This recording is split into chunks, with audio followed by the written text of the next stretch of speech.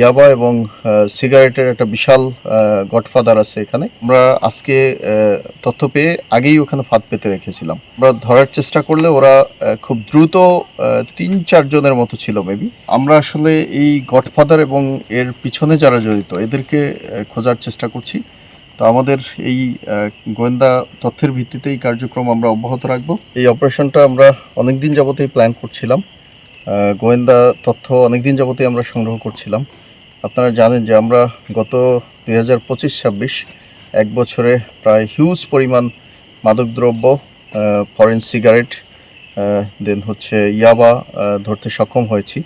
মানে আমাদের ব্যাটালিয়ান এখানে 2018 সাল থেকে কাজ করছে। মানে লাস্ট 1 ইয়ারে আমাদের রিকভারিটা 18 সাল থেকে এই পর্যন্ত যা হয়েছে তার প্রায় 4-5 গুণ। It is more than 2 crore। তো ওটারই ধারাবাহিকতা আমরা অনেক দিন যাবৎ ফলো করছিলাম এদেরকে।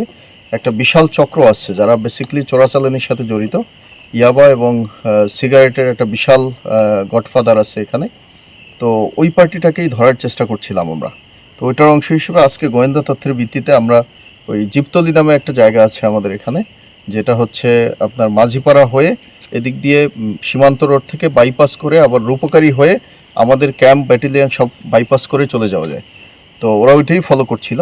তো আমরা আজকে তথ্য পেয়ে আগেই ওখানে ফাঁদ পেতে রেখেছিলাম।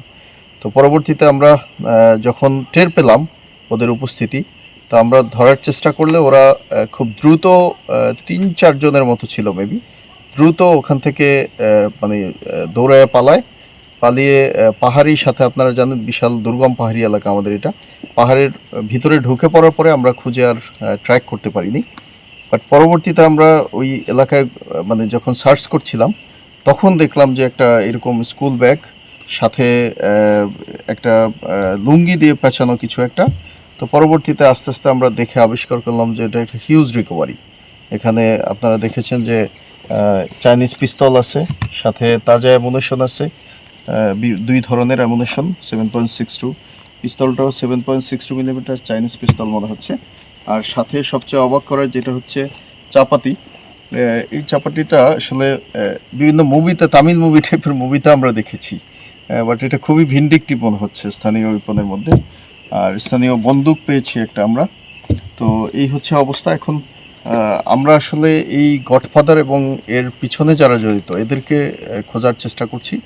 তো আমাদের এই গোয়েন্দা তথ্যের ভিত্তিতেই কার্যক্রম আমরা অব্যাহত রাখব। ভবিষ্যতে আমরা যাতে এই গডফাদারটাকে ধরতে পারি এবং আমাদের এই মারিশা জোন এলাকায় যে চোরাচালানি এবং যে মাদকদ্রব্যের যে বিজনেসটা, এটাকে আমরা এনিহাও থামাতে চাচ্ছি, যাতে আমাদের যুব সমাজ এই মানে প্রতিকূল অবস্থা থেকে রেহাই পায়।